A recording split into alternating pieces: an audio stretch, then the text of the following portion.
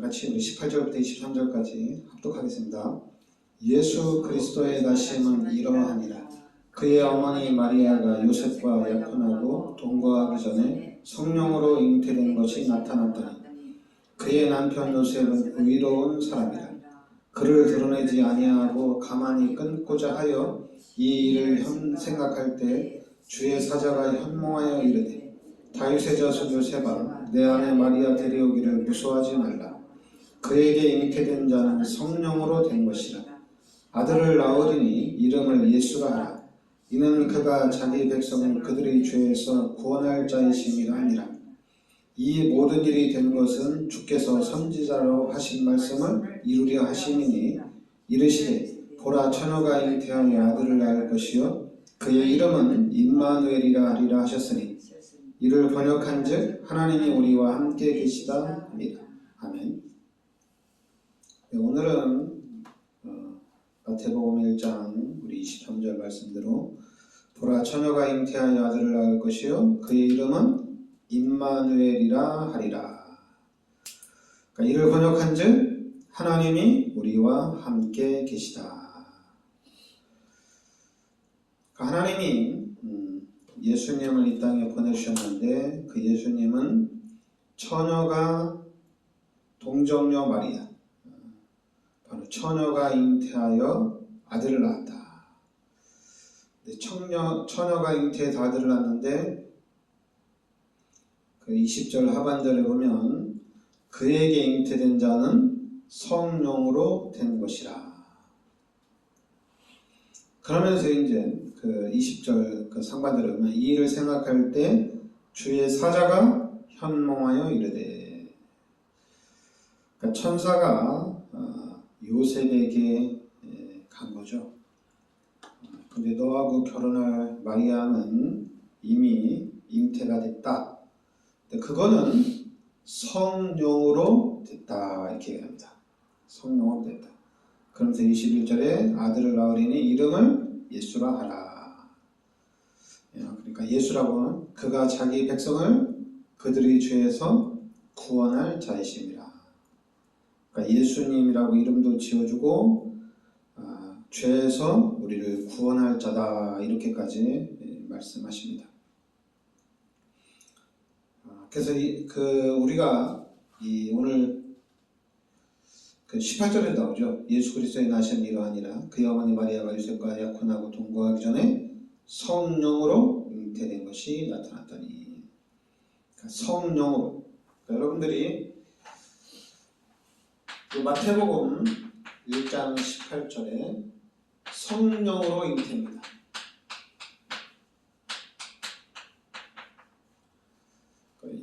있을 수 없는 일이 일어난 겁니다. 그러니까 성령으로 하나님이 마리아의 몸에, 동정녀 마리아의 몸에, 처녀의 마리아의 몸에 잉태를 시킨 겁니다. 그러니까 예수님이 이 땅에 오신 것은, 그러니까 예수님이 이 땅에 오셨는데, 그리스도가 이 땅에 오셨는데 어떤 인간의 노력이나 어떤 인간의 혈통이나 어떤 남자의 의지가 아니라 성령으로 역사를 한 거예요. 그러니까 여러분들이 성령의 역사입니다. 그러니까 여러분들이 이런 얘기하면은 사람들은, 기독교인들은 다 알아요. 다 아는데, 마태복음 1장 18절 말씀대로 성령으로 됐다. 마태복음 1장 20절 말씀대로 예수님은 동정녀 마리아의 몸에 성령으로 잉태됐다. 그래서 요한복음 1장 14절에는 하나님이 우리 인간에게 찾아오셨다 이겁니다. 우리 인간이 하나님을 찾아간 것이 아니라 하나님이 우리 인간에게 찾아오셨다는 얘기입니다. 그래서 히브리서 7장 26절에 그 예수님은 당연히 거룩하고 악이 없고 그 예수님은 죄인이 아니란 얘기입니다.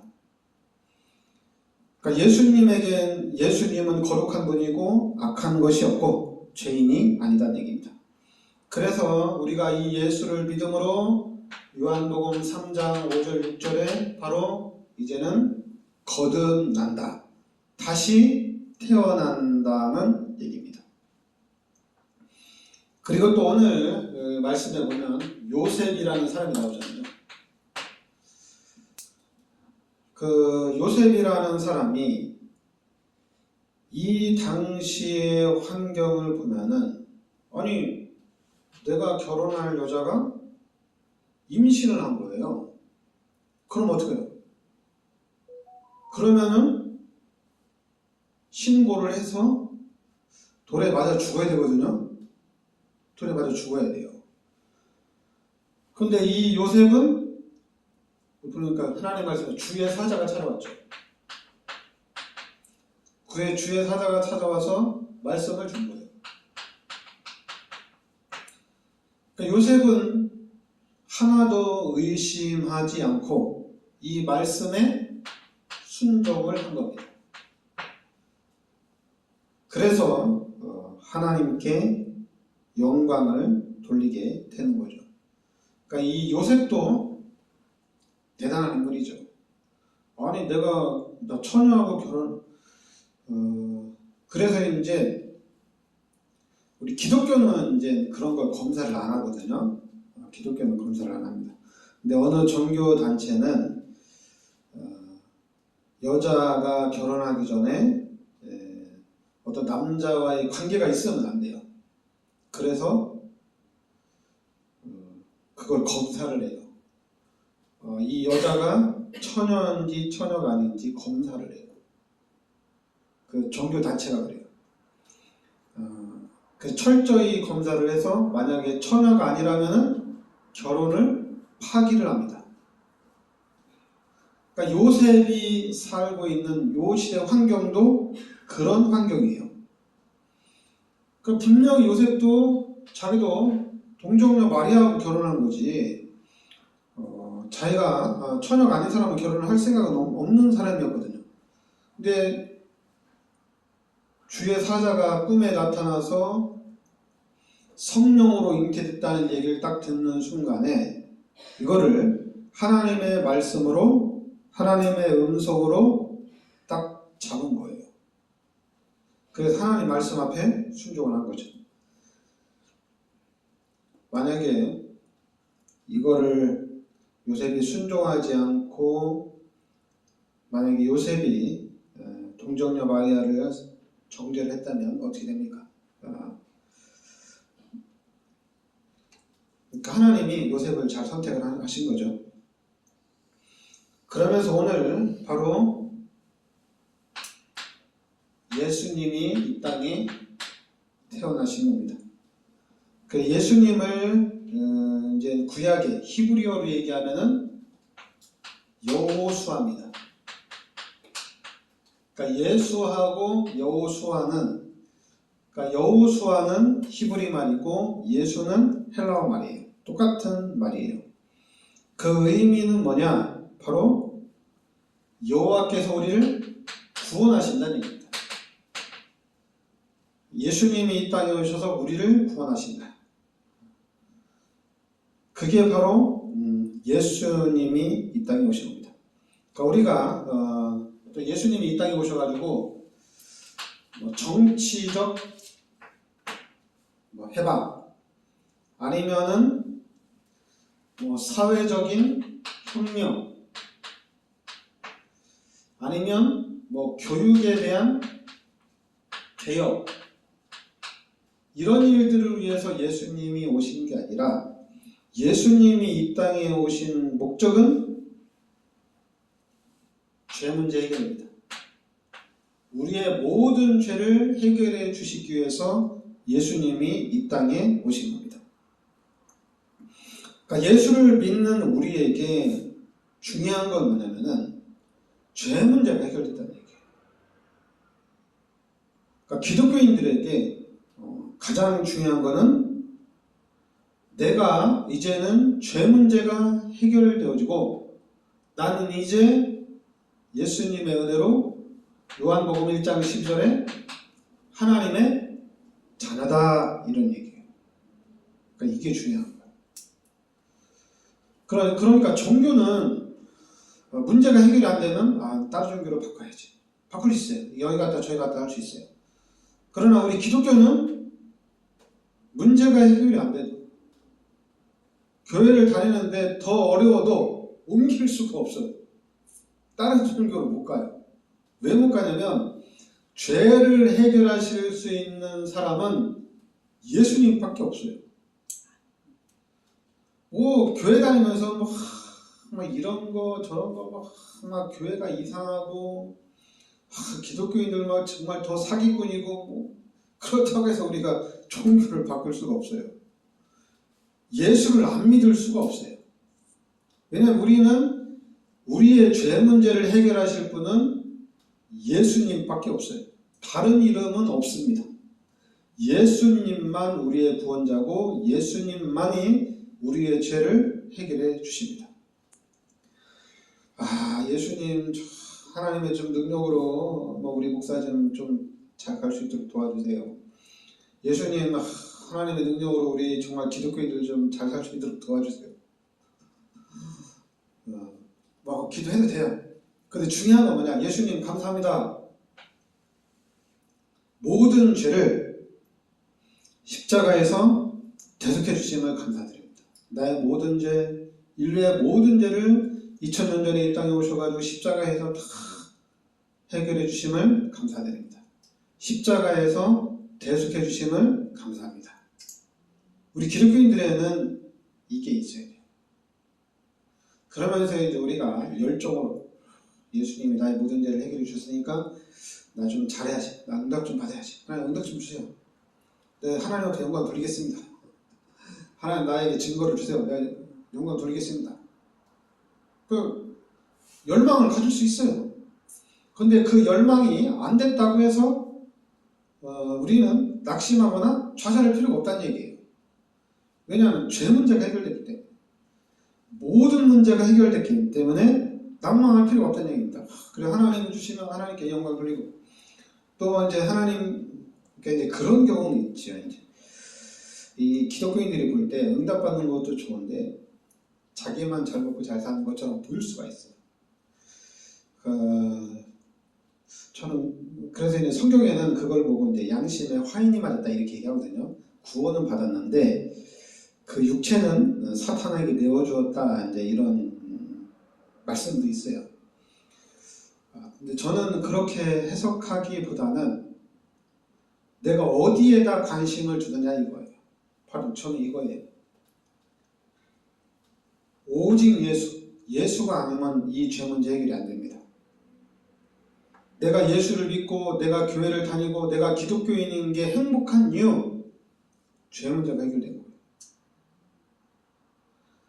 기독교를 믿어서 예수를 믿어서 죄 문제 해결받아서 행복한 건 아는데 야 네가 응답을 좀 받아야 되지 않냐? 저는 그거를 없앴어요. 나는 너무 행복해. 예수를 믿어서 나는 이제 죄인이 아니고 하나님의 자녀이기 때문에 너무 행복해. 너무 기뻐요. 그러니까 우리 기독교인은 해결됐잖아요. 얘기죠. 너무 감사한 거예요. 그럼 이거 하나 해결되면 다 해결된 거죠. 예수를 믿으면 믿을수록 우리가 이 속으로 들어가야 될 줄 믿습니다. 그리고 더 중요한 건 오늘 말씀에 임마누엘. 너무 감사한 거죠. 저는 이 임마누엘이 너무너무 감사해요. 예수님이 이 땅에 오신 목적이 뭐냐? 우리와 함께 있기 위해서. 함께 있기 위해서 예수님이 이 땅에 오셨다는 얘기입니다. 항상 시편 23편 1절부터 6절에 항상 우리가 죽음의 골짜기를 다닐지라도 그때도 하나님은 함께 하신다는 얘기입니다. 항상 하나님이 함께 하시고 그리고 또 시편 37편 24절에 우리가 실패할 때도 하나님은 함께 하신다 이렇게 말씀하십니다. 그리고 이사야서 43장 2절에는 우리가 고난받을 때도 하나님은 함께 하신다 이렇게 얘기합니다. 그리고 마태복음 28장 20절에는 항상 세상 끝날 때까지 하나님이 함께 하신다는 얘기입니다. 너무 감사한 거죠. 하나님 함께 하니까. 그러니까 우리 기독교인들이 임마누엘만 누린다면 대단한 거죠. 저는 진짜 예수 믿고 요즘에 너무 행복한 게 이 임마누엘이에요. 내가 임마누엘을 확실하게 누려야겠다. 그래서 우리 기독교인들이 임마누엘을 누리는 그런 신앙생활을 이게 얼마나 큰 힘인가. 이게 힘이잖아요. 이 실제적인 임마누엘의 어떤 그런 삶이 우리 기독교인들에게 일어나야 되고 또 이 부분에 대한 증인이 될 것 같아요. 내가 하나님을 만나고 하나님이 나와 함께 하시면서 하나님이 나를 어떻게 인도해 나가시는지 그 부분에 대한 우리가 증인으로 서야 됩니다. 왜냐하면 하나님이 여러분 마음속에 들어온 이상 하나님은 분명히 여러분들을 하나님의 계획 가운데로 인도해 가십니다. 그리고 하나님은 능력이 있기 때문에 당연히 그렇게 하십니다. 근데 그거의 최고의 적은 불신앙인데 믿지 않는 건데 하나님 왜 안 해주지? 하나님 왜 응답 안 해주지? 이건데 그게 아니라 하나님은 응답을 주십니다. 근데 우리가 자꾸만 이제 우리 기독교인들이 곡해를 해서 그래요. 그래서 이제 문제가 되는 건데 그래서 우리 교회는 여러분과 저는 임마누엘이 무엇이냐 이거를 확실하게 누리고 이 부분을 전달해 줘야 되겠다. 하나님이 나를 어떻게 사랑하시고 하나님이 나를 어떻게 인도하시는지 말해줘야 되겠다. 그래서 불신자들도 와서 그럼 나도 하나님을 만나야 되겠다. 그렇게 우리를 보면서 말할 정도로 임마누엘을 누려야 되겠다.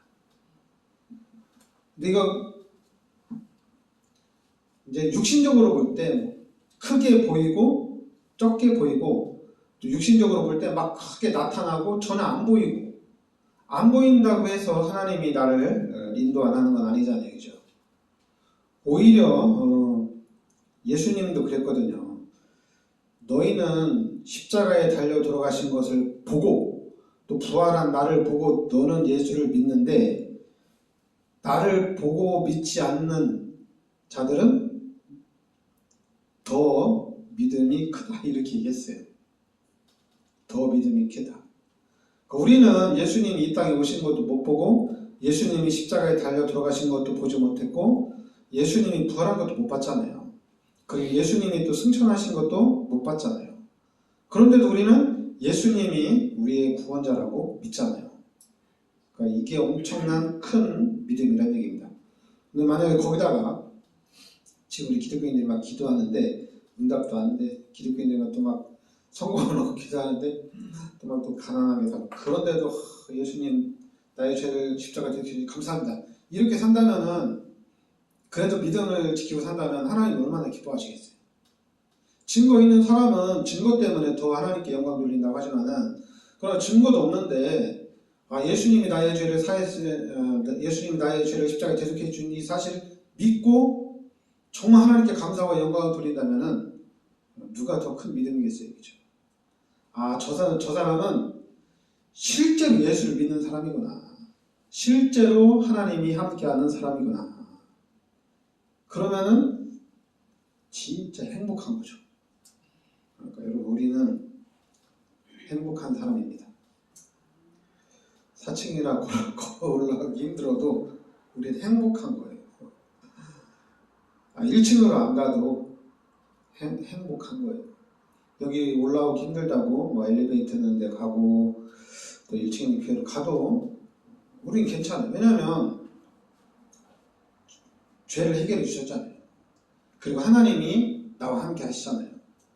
너무 감사한 겁니다. 우리는 솔직히 불평거리가 없어요. 그죠? 감사할 것밖에 없는 줄 믿습니다. 그래 이런 진짜 참 신앙이 우리 후대에게 연결되어지고 또 우리 교회를 통해서 또 다른 사람들에게 연결되어지는 그 증인으로 우리가 서야 될 줄 믿습니다.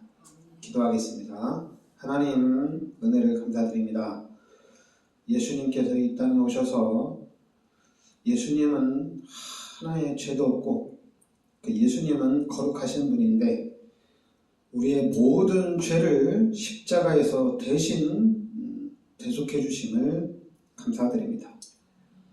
우리가 평생 예수님의 십자가의 은혜에 감사하며 우리 하나님께 영광 돌리게 하여 주시옵소서. 그래서 우리가 예수님의 그 십자가의 은혜로 또 항상 행복한, 항상 기뻐하는 기독교인이 되게 하여 주시옵소서. 예수 그리스도의 은혜와 하나님의 크신 사랑과 성령의 대주인도 역사하신 이 시대적인 축복 속에 들어와 있는 우리 전도자들 머리 위에 항상 함께 있을지어다. 아멘.